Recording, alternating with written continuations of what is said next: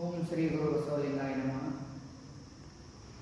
ಕುಳಿತಿರ್ತಕ್ಕಂತಹ ಎಲ್ಲ ವಿದ್ಯಾರ್ಥಿ ಬಂಧುಗಳಿಗೆ ಶರಣೆಂದು ನನ್ನ ಮನಮಂದಿರದಲ್ಲಿ ನನ್ನ ತಂದೆ ತಾಯಿಯವರನ್ನು ಸ್ಮರಿಸುತ್ತಾ ಇವತ್ತಿನ ವಿಷಯ ವಿಶೇಷವಾಗಿ ಧ್ಯಾನದ ಬಗ್ಗೆ ವಿಷಯವಾಗಿರುತ್ತೆ. ಶ್ರೀ ಭಗವಾನ್ ಬುದ್ಧರು ತಿಳಿಸಿಕೊಟ್ಟಿರುವ ಆನ ಪಾನ ಸತಿ ಧ್ಯಾನದ ಬಗ್ಗೆ ನಾವು ಚುಟುಕು ಮೆಲುಕಾಕೋಣ.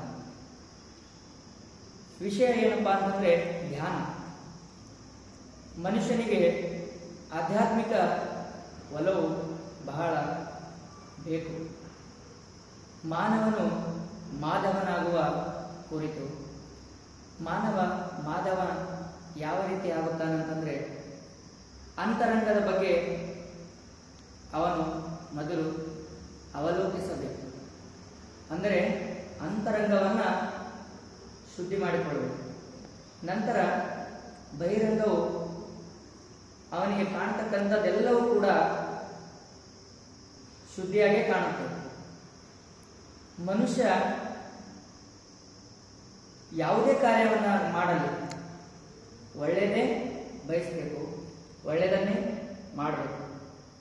ವಿಶೇಷವಾಗಿ ಭಗವಾನ್ ಬುದ್ಧರು 2500 ವರ್ಷಗಳ ಹಿಂದೆಯೇ ನಮಗೆ ಅಂತರಂಗ ಶುದ್ಧಿಯನ್ನು ಮಾಡಿಕೊಳ್ಳುವ ವಿಧಾನವನ್ನು ನಮಗೆ ತಿಳಿಸಿಕೊಟ್ಟಿದ್ದಾರೆ.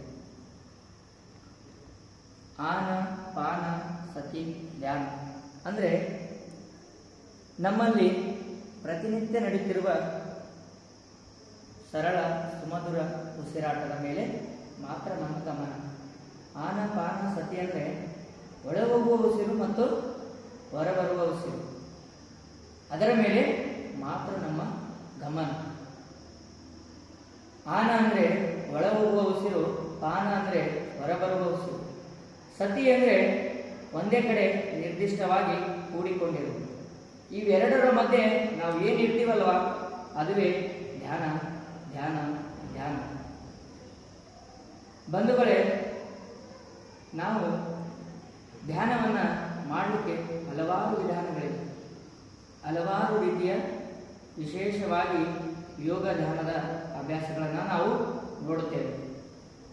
ಮನುಷ್ಯನು ಈ ಒಂದು ಆಧ್ಯಾತ್ಮಿಕದ ಬಲವನ್ನು ಹೆಚ್ಚಿಸಿಕೊಳ್ಳಲು, ಆಧ್ಯಾತ್ಮಿಕದ ಬಲವನ್ನು ತಿಳಿದುಕೊಳ್ಳಲು ಈ ಒಂದು ಶ್ವಾಸದ ಮೇಲೆ ಧ್ಯಾಸ, ಇದುವೇ ಧ್ಯಾನ. ಈ ಒಂದು ಶ್ವಾಸದ ಮೇಲೆ ಧ್ಯಾಸವನ್ನಿಟ್ಟಾಗ ನಮ್ಮ ಮುಕ್ತಿಗೆ ಮಾರ್ಗ ಸಿಗುತ್ತೆ ಅಂತ ಹೇಳುತ್ತಾ ಇವತ್ತಿನ ವಿಶೇಷವಾಗಿ ಈ ಒಂದು ಧ್ಯಾನದ ಚುಟುಕು ಮೆಲುಕಿಗೆ ನಾನು ವಿರಾಮವನ್ನು ನೀಡುತ್ತೇನೆ. ನಾಳಿನ ದಿನದಲ್ಲಿ ನಾವು ಆ ಒಂದು ಧ್ಯಾನವನ್ನು ಯಾವ ರೀತಿ ಅಭ್ಯಾಸವನ್ನಾಗಿ ಮಾಡಬೇಕೆನ್ನುವುದರ ವಿಚಾರದ ಬಗ್ಗೆ ನಾವು ತಿಳಿದುಕೊಳ್ಳೋಣ ಅಂತ ಹೇಳ್ತಾ ಈ ಒಂದು ಚುಟುಕಿಗೆ ನನ್ನ ವಿರಾಮ. ಧನ್ಯವಾದ.